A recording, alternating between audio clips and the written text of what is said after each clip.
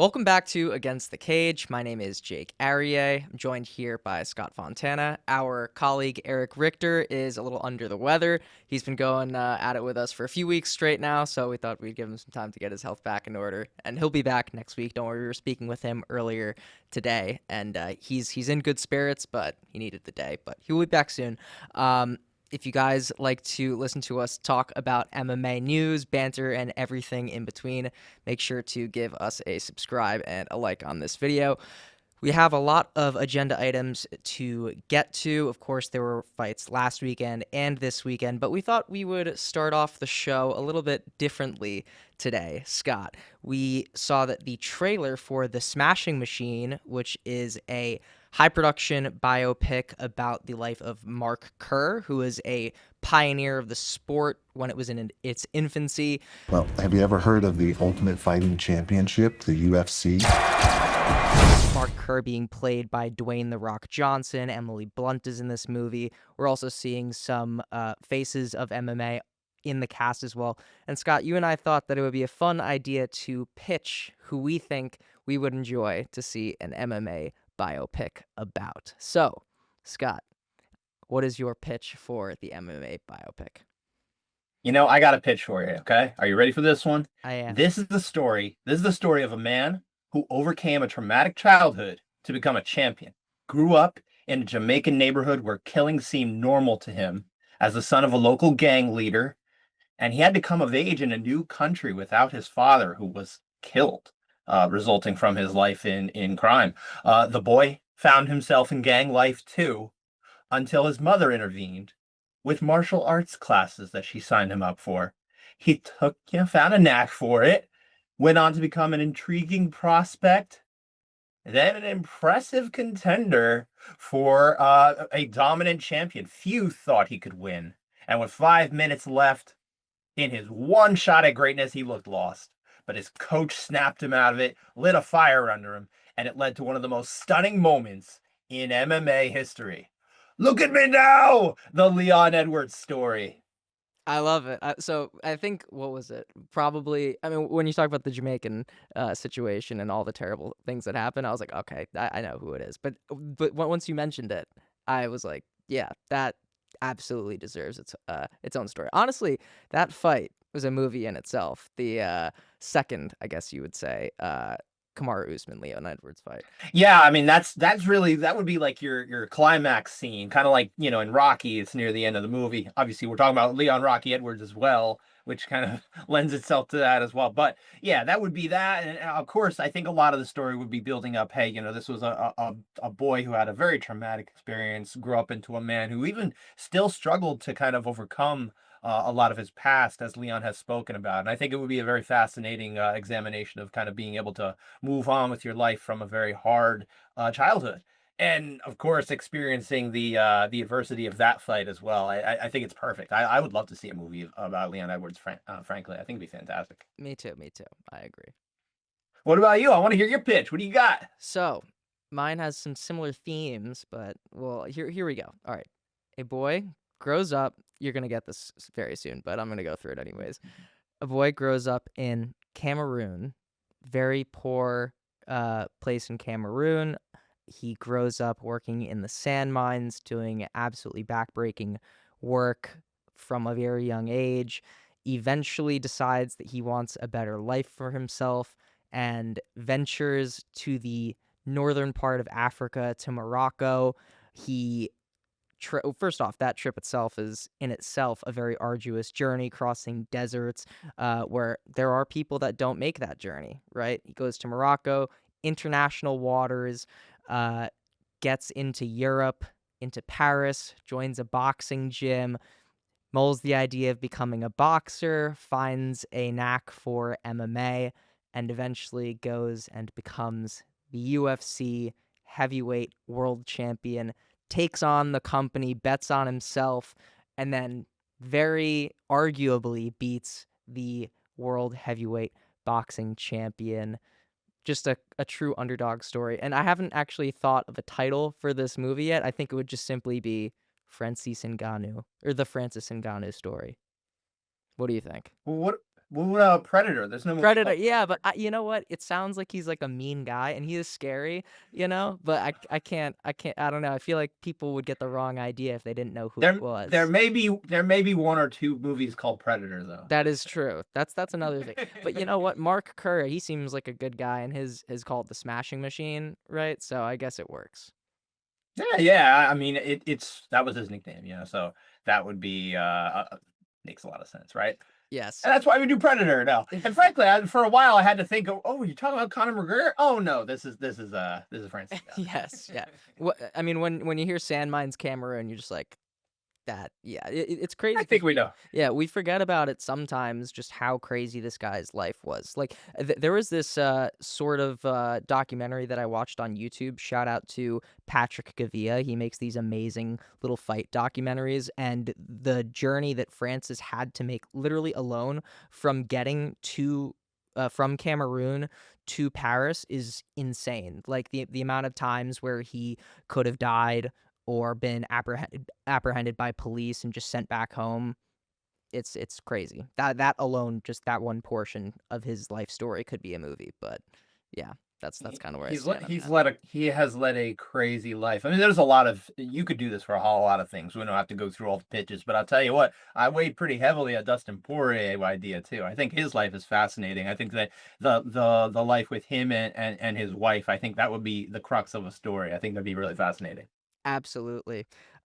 One that I actually did have, since you gave an honorable mention, I thought Boss Rutan could be cool too. He's one of my favorite old school guys, and like Pancrase, I feel like that would be fun. Um, Bond right to the liver. dude, he's great. Dude, the what's it called? The self-defense videos, those live in my mind like nothing else. All You right. gotta watch more Pride fights so you get to hear him. I'm gonna get you more Pride fights. Oh yeah, yeah. The Pride fight, I remember hearing Boss Rutan on the commentary. He's great. Oh yeah, absolutely, absolutely. Yes, love that Dutch man. And hey, anyone else? Like, we got a couple ideas out here. If you've got any ideas, please put them in the comments. It'd be interesting to see what else you've got. If you've got some any interesting ideas, that would be a really good biopic for an MMA fighter. I think that would be cool. We've already had a few. We've had a Jose Aldo one, things like that. So they're trickling in. But yeah, please leave them in the comments. Yes, absolutely. Let us know. We'll be very, very interested to hear what you guys have to say. Alrighty. So I think that was fun. I'm glad we did that, Scott. And yes, I hope you guys enjoyed that too. Let us know. So moving on, or looking back, I should say, we just witnessed a pretty important fight at welterweight in Kansas City last weekend, Saturday night. Garry took away the win from Carlos Prates in a decision victory. This welterweight title picture is getting even more jumbled up after the fight. Garry announced that he would be the backup fighter for UFC 315, which is, of course, the welterweight title. Bilal Muhammad taking on Jack Della Maddalena. Scott, what do you think about him being the backup fighter? He is really just one injury away from fighting for the title again. Or It's fighting kind of for a the weird. title, rather. Sorry, excuse me. He didn't fight. No, yeah, no, of course, of course. It's kind of a weird thing that he is in this position because he did just lose to Shavkat Rakhmonov a few months ago as well. And frankly, he looked really good against Prates up until, things started to turn in that fourth round, and he really had to kind of hang on just to survive that. But he looked good for a while, and he's clearly got a good enough resume. The fight with Shavkat is competitive. I don't really have a distinct issue with him being the backup fighter. I would say Sean Brady makes more sense given that Shavkat is not healthy. That is obviously the total caveat here. Sean Brady makes some sense, but only if Belal Muhammad happened to be the one who fell out, because I don't know that we're quite ready for Belal Muhammad versus Sean Brady 2 yet. I think there's probably going to need to be one more fight that happens for that to be the case. So I'm okay with it. I'm totally okay with it. I I'm totally okay with him being the backup fighter. I would disagree. I do think that there is an appetite for Sean Brady versus Bilal Muhammad too. He's spoken a lot about that first fight that they had, and you do hear this from fighters. After losses, he said that he wasn't himself. That the pressure had been mounting on him so much, being in Abu Dhabi in that setting, having all the pressure of being undefeated, and then after having that defeat, it's already happened. You've already had a loss, so kind of ripping that Band-Aid off, so to speak. So and honestly, that performance against Leon Edwards was just absolutely insane. So I do think it would be much closer than the first fight. I'm not sure you disagree with that, but No, I do not at all. I think it'd be a fantastic fight. But my only thing was wondering whether people are ready for it or not. Maybe they are. Maybe that's what it is. yeah, so to speak, is there an appetite? Yeah, I think there probably is enough of it appetite now that you're kind of putting it that way. He's looked very impressive. I'd be interested in it no matter what. But Hmm. yeah, I'm okay with the way they've handled this. It'll be fine. And frankly, I'm not expecting anyone to fall out of the fight. Most of the time they don't. So I think it's all probably a little bit of hullabaloo about nothing anyway. Yeah, fair enough. Listen, looking back on that main event fight, Ian Garry taking on Carlos Prates. This was a pretty big step up in competition for Carlos Prates. I mean, Ian Garry, he's now with that win, possibly in that number one contender spot, and Carlos Prates was just barely in the top 15. So big step up in competition. Do you think that he was ready for this type of opponent, for this level? Was it too big of a jump? Obviously he showed in the later rounds that he can hang, but it did take a steep drop off in production from Machado Garry to make that happen. So I'm thinking realistically, and I thought this going in, I would have liked to have seen maybe one more baby step in between where Machado Garry was relative to him in the rankings. So, it knocks him back down. I don't think he loses a ton because of that, though. That's the thing. I think that there's a lot of things you can do with him now. But yeah, realistically, it would have been better off maybe a little slower. But this was, kind of put together a little last minute. Sometimes these things happen, and frankly, it was a decent, interesting enough fight.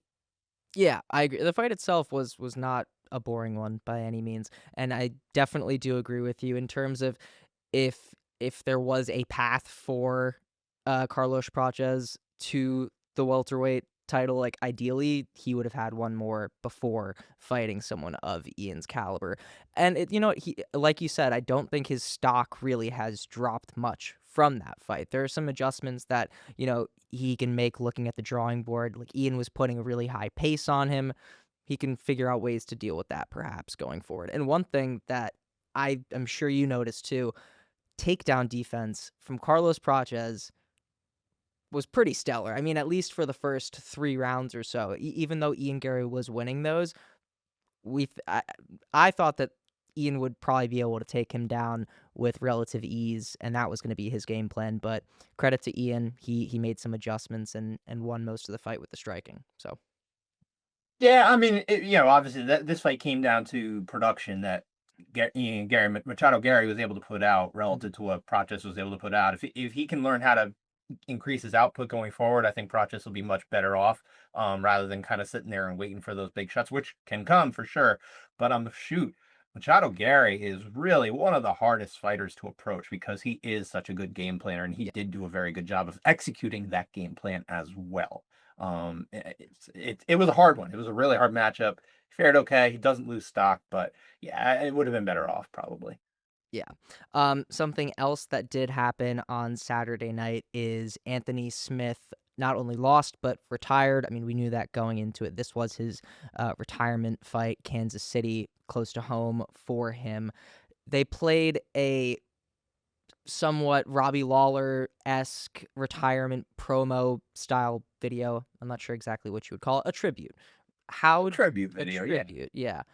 How do you feel about that? Because there has been a little bit of a kerfuffle on fans on whether or not it was deserved, being he was never a champion, for instance. Listen, for starters, I think it's fantastic that the UFC is doing more of this stuff. I think it was sorely lacking for quite a while, and the fact that it's here is a good thing. There's a kind of an inconsistency to it, though, that kind of strikes me. Like Anthony Smith, amazing fighting spirit, right? That I think is what I take away from him. And frankly, as much as it was probably a terrible business decision for him to uh go and fight that John Jones fight and not just accept a disqualification win for a championship. His family would have been a lot better off because he would have gotten more money. But I respect the decision to continue fighting and not trying to win a championship that way. Having said that, this tribute reeks of favoritism because he's a part of the broadcast team and will continue to be going forward. And that is an unfortunate thing here. Part of it is too, hey, he announced going in, this is going to be my last fight. It's not like Stipe Miocic, where he was extremely tight-lipped about what he was going to do with himself when that John Jones fight had ended. And I think everybody really thought it was going to be, this is his last fight one way or the other. But, where's his tribute video? We don't really get consistency there. You could say, hey, Stipe is probably going to go into the UFC Hall of Fame one day. He'll get one of those I when that happens. And at least there's that, right? I do have one thought or like one pushback on, and it is true. Stipe deserved the same kind of treatment, but I will push back a tiny bit and say that the main event is a terrible like timing thing to do it, because the second that fight ends, even when John Jones is like on the microphone, fans are just getting out of the arena. Obviously, the people at home, can be watching it, but it's just kind of a weird way to tribute someone when all the fans are, trying to get out there. So It's an excellent point. You are 100% correct. That is a good point. But really, at the end of the day, too, Anthony Smith is really not, he's not even close to a legend of the sport or anything like that. He had a nice little career. He was able to provide for his family and find a better life and create opportunities for himself out of fighting going forward. But, there's a lot of fighters like him. yes. Okay, moving on. One other thing of note about this fight night: Randy Brown versus Nicholas Dalby. Great fight. Randy beating Nicholas by TKO. Fine fight. Awesome Yeah, fight. great fight. It was fight of the night. Yes, I believe it was. Yeah, I'm almost positive it was. But yeah, I mean, if it wasn't, it was a fantastic fight. I'm going to remember this one back in December, I think. Yes. My question to you is: Head Is he ready for a step up in competition? Because he looked great. He's been ready for a while. I've been waiting for him to get a fight against someone maybe in the rankings. It could be even on the lower end of the rankings. But look, he's no spring chicken. Like, he's going to be 35 in July. This is not a prospect. This is someone who's been with the company a while. He has a very impressive record. He's in fun fights. I think he's earned the opportunity. Nicholas Dalby is no slouch. This was a good win. I think he most definitely needs to be able to get a ranked fighter next. And honestly, I'll give you a name. How about Carlos Prates? That's not a bad fight, to be That'd honest. be a fun fight. That And would be it's a fun someone fight. kind of in the range that I think they're both should be fighting. I like it a lot. I think it's a fantastic fight. But again, he really needs somebody other Michael Venom Page, somebody who's on the lower part of that rankings, someone hopefully would be even fun to strike with. But again, the time's a ticking on this guy. Let's get him his opportunity, see what he can do. Yeah, I mean, listen, I think he probably won that fight against Brian Battle. It was a close fight. Who didn't even try to make weight. Yeah, it's tough. That was another thing about that. That was a tough situation. So get the Queens guy a break here, Get New York some love. Yeah, it's weird in those situations where like consensus people have like a pretty clear idea on who won the fight, but the judges go the other way. Sometimes you still don't get the benefits don't come with it, like Volkov and Gane for instance. Okay, moving on to this weekend, moving from Kansas City to Des Moines, Iowa, which, by the way, we are in the midst of a 7-event streak of being on the road out of the Apex. Except for one, right? There was one in Except for one. Apex in there, but hey, that's a good run. That's a good 6 run. out of 7. That's what I meant to say. Thank you for correcting me. I got you. Very good run. Honestly, what's your takeaway on this uptick of fights moving out of the Apex? I mean, this streak's pretty nice now. Well, I tell you what, look, we can look at the calendar. The UFC's already got events, in the works or announced going all the way through July now. So that's more than half the year. So we can really look at that and say, hey, how many times are they having fight nights on the road versus at the Apex? Mm-hmm. Through July, of the scheduled events and the ones that have happened, 7 Apex fights this year, 10 on the road. This is the first time since COVID, since the Apex became one of their hubs for fights. It's the first time that through July they actually have more events that are fight nights on the road than at the Apex. Last year, 11 Apex to 7 on the road. In 2024 through July. The year before was 11 and 6, 13 and 5, and then before that, 2021 we're at now. 2021 they were all at the Apex or Fight Island. So realistically, we're trending in a really good direction. If you want to go to an event, or if you're not satisfied with the way the Apex cards look on television, or the treatment that the fighters get because they got to fight in the warehouse, like we'd like to call it, this is good news. And it just so happens, Jake, the UFC is negotiating a TV deal right now. I wonder if Really? there's any, synergy between this decision and the other. But hey, you know what? If it gets better cards and it gets more butts and seats to be able to watch these guys and more people to be able to appreciate what these fighters can do, I'm all for it. Yeah, I mean, for me, as just coming from a fan perspective too, I just feel like the fight cards have to be better when you're, you know, putting all the effort of going to a stadium and trying to sell tickets to fans. It's not just like in the Apex where you can rely on the people who have ESPN Plus subscriptions. You've got to sell tickets to get butts and seats. And so I feel like the quality of the fight nights are much better with those stadium shows. So I'm all for it. Go travel the world. Nobody loses this way, right? No one loses. Yeah, the fans win. The UFC theoretically, I don't know. Maybe I they imagine save. they're probably winning too. Yeah, they're doing just fine either way. Tickets are not cheap, so they're raking in the money off of that. Yes. I think they're doing okay. Yeah. My God, we already talked about that one. We'll put that one to bed. That's a whole other can of worms. On to Iowa. First off, before we get into UFC Des Moines, I mean, how about Des Moines, the city itself, getting a UFC card? I love how they're going to cities that you wouldn't expect them to go into. That's another part of this topic. And This is what they used to do. They used to go to different places all the time. They would say, "Hey, we want to bring a fight here."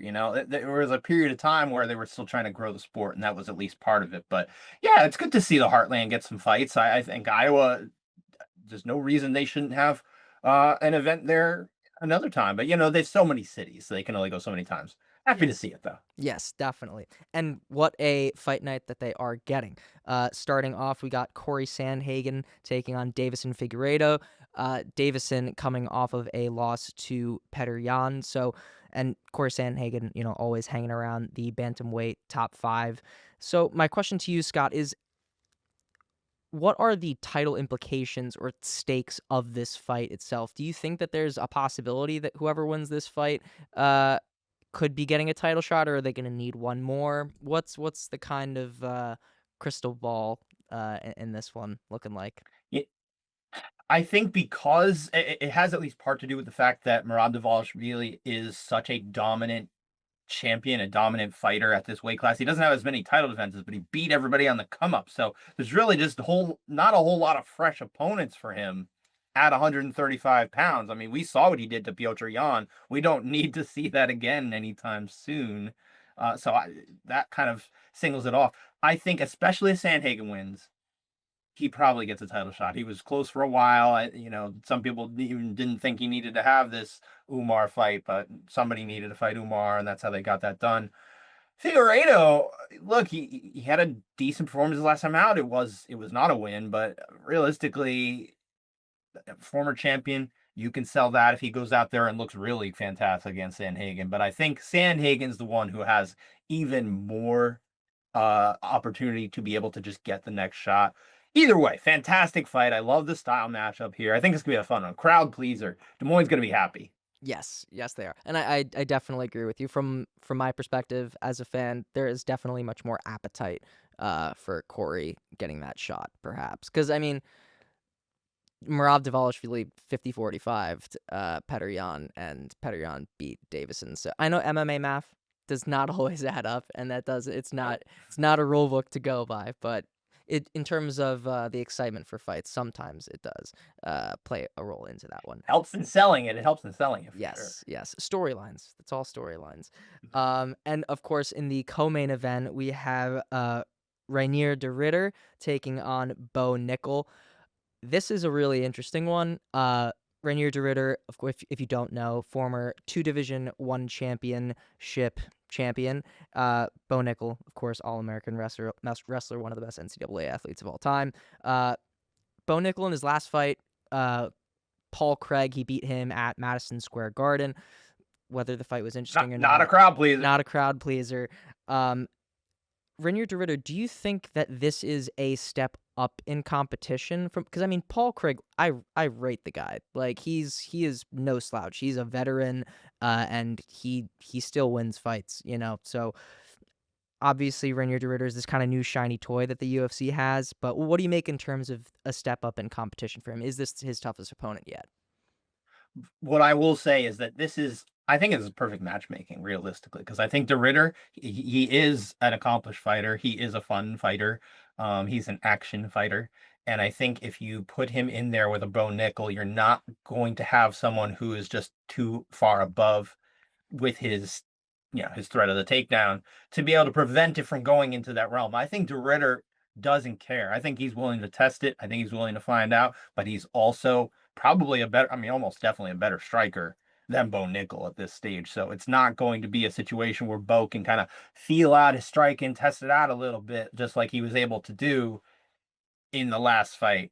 I think they're at the right level now. I think the winner of this one, you're really starting to look at someone who is pushing for maybe the next step up the ladder in terms of the middleweight division. And I think that's what you like. You don't want it to just be about Bo Nickel. This is about both of them. I like that.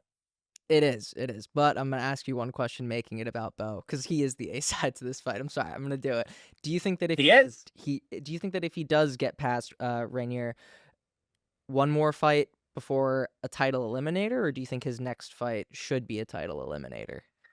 Gosh, I don't know, because realistically, it is. I mean, we talked about it last week. We are now seeing there's a little bit more, not a glut, but there's a rise in some interesting contenders at middleweight up at that top level.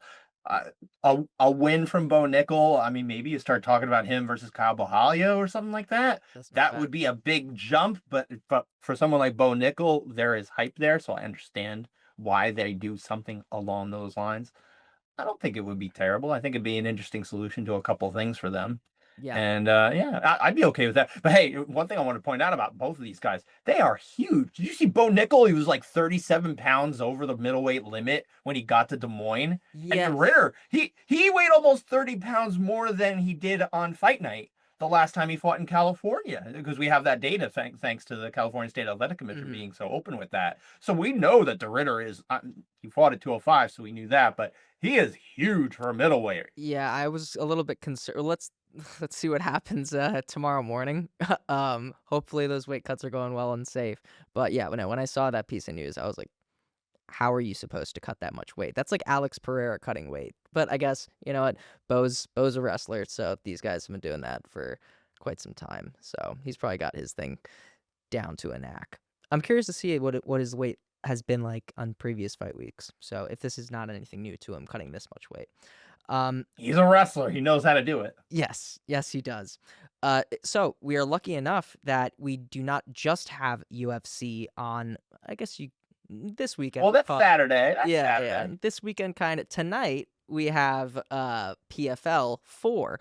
Now, before I go into asking you who you like, I want to ask you, as far as the tournament quarterfinals that we've had so far, this being the fourth and final one before we move on to the semis, how does this one match up against the other ones? Not on any particular metric, just for you, how do you like this one compared to the other ones?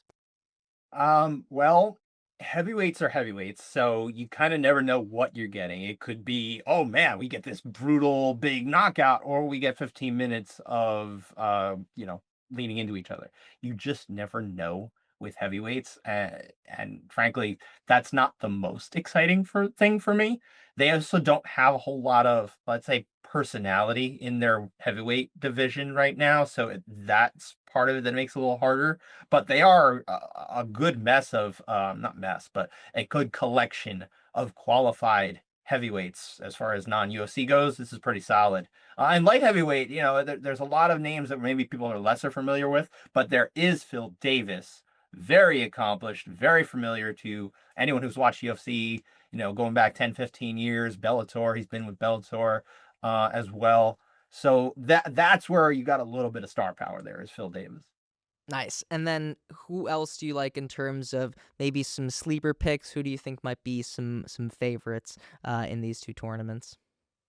At light heavyweight, I have to favor Phil Davis. I think he's just way too accomplished relative to his competition. It would be hard to look at this group and say someone else deserves it, even though Phil hasn't fought uh, in a little bit. He's had a little bit of a break, but also we've seen some delays with some of the Bellator talent getting their fights in PFL as well. Um, I I will say I like him to win, but there's a dark horse in here for me, and that's Alex Politsi. So I'd be curious about that.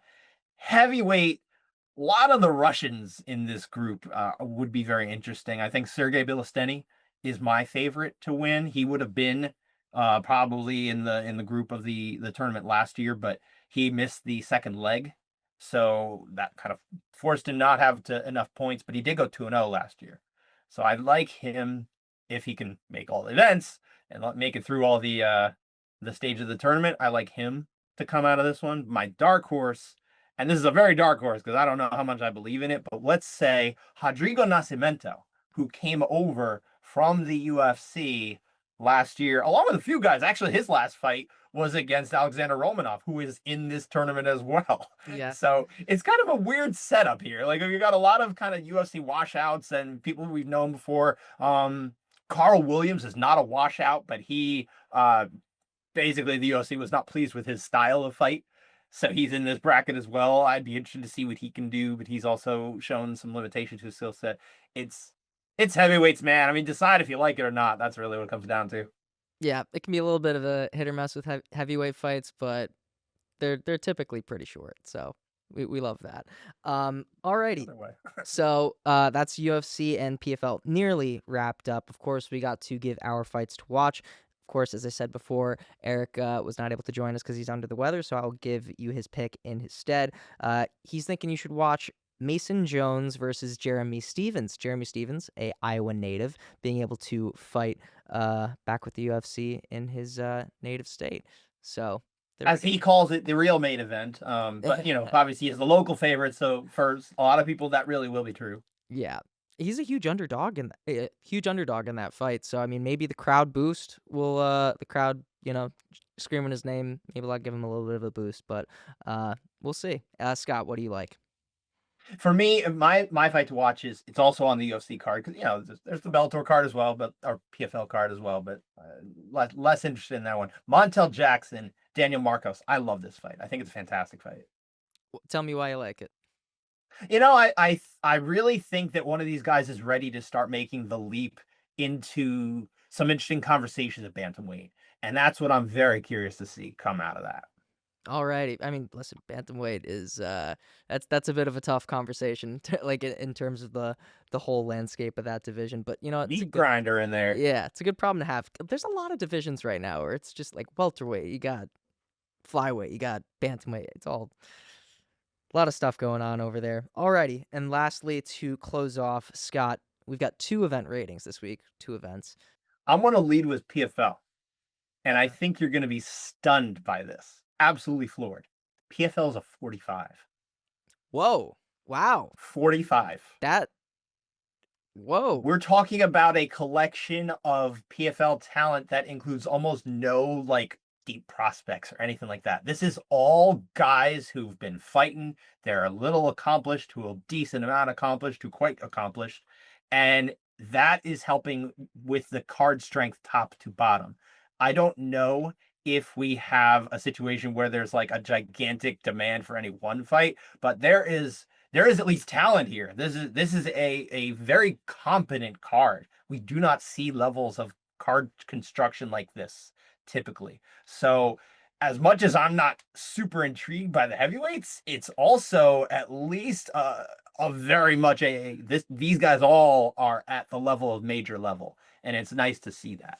Is it? I obviously said you don't have the numbers in front of you. Is this the highest of the 4? I want to say yes. That sounds. By a wide Yeah. margin, it is. But again, it's probably we're talking about two different things. We're talking about the level of competition on the card rather than The hype. do we think it's the most entertaining and the hype and all that kind of thing. So as much as this is the highest rating by a wide margin, it's not the one. I would probably put it like third in terms of what I was interested in. Okay, gotcha. I appreciate the clarification because that Sure, that sure. is something I was definitely wondering in my first question, so that helps. Okay, so that is this weekend. Thursday's kind of the That weekend. well, It's that like that was PFL. That was yeah. Oh PFL. But right. Sorry. Go. You can go we've first. got one more event rating here, and frankly, 45 is hard to beat, right, Jake? Yes, it is. Is okay. I'm gonna let you talk. UFC beats it. Oh UFC beats it. wow. All right, for a Yep. fight night. 53. This is the type of Here we. card that they put on ABC. This Yeah. is the level of talent that they put on here on ABC typically. This is over on ESPN. You don't have to, well, unfortunately, you'd actually prefer it on ABC because then you don't even need a cable subscription, but Yes. or any subscription. But it is really well built as well. I love the deep collection of talent on this one. It's fascinating. It's you love to see it, man. Stay on the road, UFC. Don't go back to the warehouse. Yes. I that's all I have to say. Yes. Amen. Okay. So that is this sort of weekend wrapped up. Thursday's like kind of like the weekend. So if Friday Junior, right? Um so with that, let's go to some of these smaller agenda items. Scott, could you run us through some of the things that have happened since the last time we spoke? Gosh, we got a lot of quick hits. I don't think there was anything we wanted to dive deep into, but there's a bunch that happened, especially in the last few days.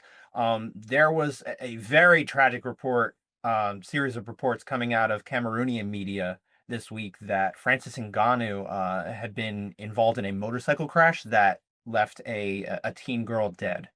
Very serious and unfortunate circumstances. We're not hearing anything about any charges or anything like that just yet. And it seems like his heart was in the right place and tried to help. That more information, I'm sure, will come.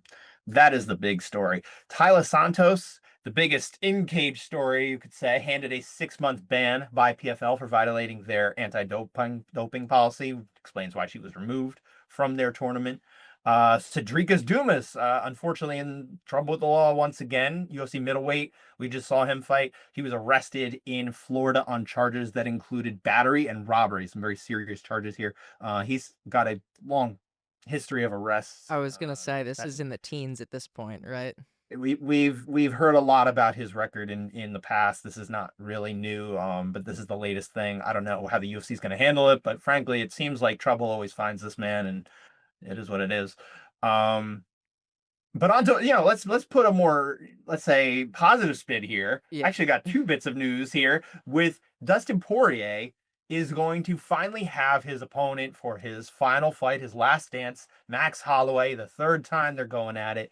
BMF belt is on the line from Max. It's going to headline UFC 318 in New Orleans. I can't believe that Dustin Poirier was able to manifest everything he wanted. It's fantastic. I'm very happy for the guy. And if I could be even happier, my goodness, they're expecting their second child. Congrats to the Yes. Poiriers. I hope everything works out there. But you must love this fight. I do, I do. Well, first off, congrats to Dustin, not only in the fight, of course, but on the second child. And Jolie. Yes, and yes, and Jolie. I do love this fight, and one thing that surprised me is that Dustin, in hearing some of his interviews, I believe he was talking with Ariel about it. He said that this was not his first choice. He said he didn't really seem all that interested about fighting Max a third time. He said he really wanted to do the trilogy with Gaethje. I didn't have much of an appetite for that one, honestly. It was pretty recent, you I know? get why he wanted it. Yes, yeah. Maybe set that one right, and listen, that would have been an entertaining fight either way. Hooker would have been great, but I don't know. This Max fight is so poetic, you know. Max was or Dustin was Max's first fight in the UFC, and now Max gets to be Dustin's last fight in the UFC. That is some interesting poetry. I do like that. I remember that fight when it happened. Like this Oh, the kid Max first one? Holloway was 20 years old. Yeah, it was like he looked so out of his depth in that fight, and obviously he's come on and become a legend of this sport, which is amazing. I would not have seen that when I watched that fight on that particular night. I think it was a triangle armbar that Dustin got him in. It was like totally one-sided. But yeah, I guess he didn't get everything he wanted, but he got a lot. I think he could be pretty happy about that. Yes, yeah, agreed. And so what else do we got? Well, we got Kamaru Usman versus Joaquin Buckley announced as the headliner for Atlanta on June 14th. That's another solid headliner. I like Love that for Joaquin Buckley. I think it's a very interesting and hey, this is Kamaru Usman's chance to stay relevant. I think it's a great one. it. And I think it's definitely one that could butts in seats in Georgia as well. So that's a nice one. We had a couple of UFC retirements this week as well. Happy trails to UFC veterans Vince Pichel and Dan Argueta. They are moving on, they say, and hopefully they find something that can fill their time so that they don't need to get punched in the face again. That's what I always root for. And then the last one for you. We had a lot of quick hits here. Yes. Not so quick, right? Tom Aspinall, now the longest reigning interim champion in UFC history. Not really something he was shooting for, but it is what it is. He is now at 536 days, passing Renan Barão. And I have to credit MMA Fighting's Jed Meshew, who put that on social media. So that's where that came from, as far as I knew. Yeah. Oh, listen, this is an insane amount of days to be an interim champion.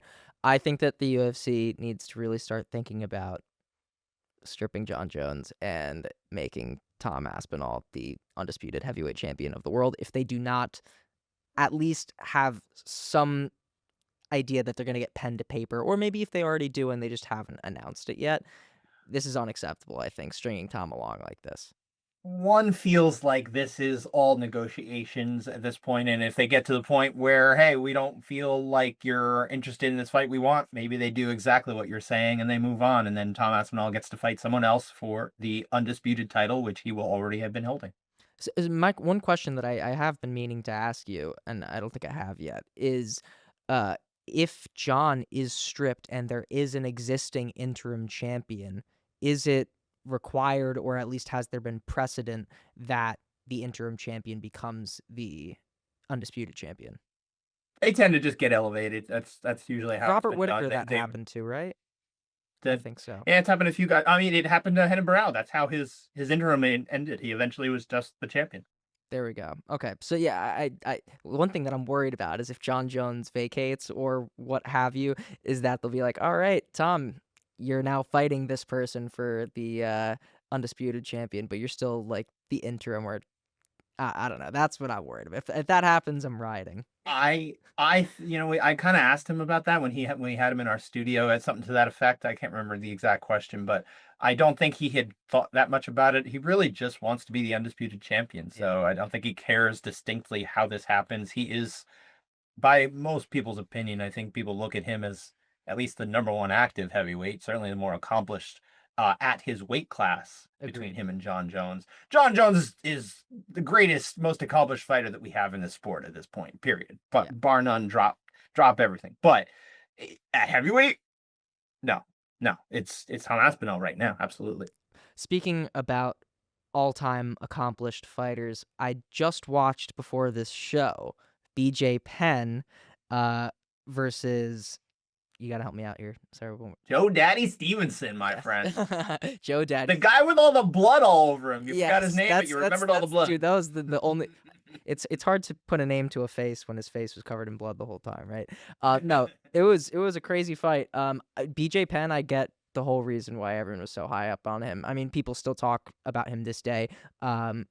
In the all-time great conversation, not the GOAT perhaps, but like I think at one point in time he probably was talked about that. He was in the mix. I mean, Yeah. people looked at him as the lightweight GOAT for a while, and realistically, his legacy is so tied to other weight classes too. So it's hard to say that he's the lightweight GOAT or anything like that. But he really is one of inarguably he's one of the 15 most accomplished fighters I think we've ever seen. Yeah, and kind of comparing him to what you could argue is the lightweight GOAT, Khabib, I saw a lot of similarities in his game. He was relentless on the ground pressure.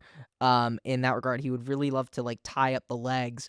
And he had some great ground and pound. That elbow coming in, just absolutely pouring blood over the red blood. It's amazing he was able to last that long, though, wasn't it? Because that was in the first round. He kept fighting in the second round. There was Yes. blood coming off because it wasn't getting in his eyes, like they discussed. I saw the doctor come into the cage, and I was like, "This is how it ends." But he just like kind of came in, wiped the blood off, and he was like, "Get back in there, man." He was like, "What?" Hmm. No, but great, great. That was in England, if I recall. Yeah, so that was credit to the UK doctor there letting it go. Yeah, he knew what was going on. He knows ball. And then at the end, BJ licking the blood off the gloves. Come on now, it was Maniac, absolutely total maniac. unhinged. I mean, Yeah, the frankly, BJ Penn and Unhinged are going together pretty well these days, yeah, unfortunately. conversation for another day. But but at the time, it was more of an endearing Unhinged, right? It was more fun, and Frank, I have to think that we made you a BJ Penn fan, right? That was great. I would watch another one. Absolutely. I probably will watch another one before we talk again.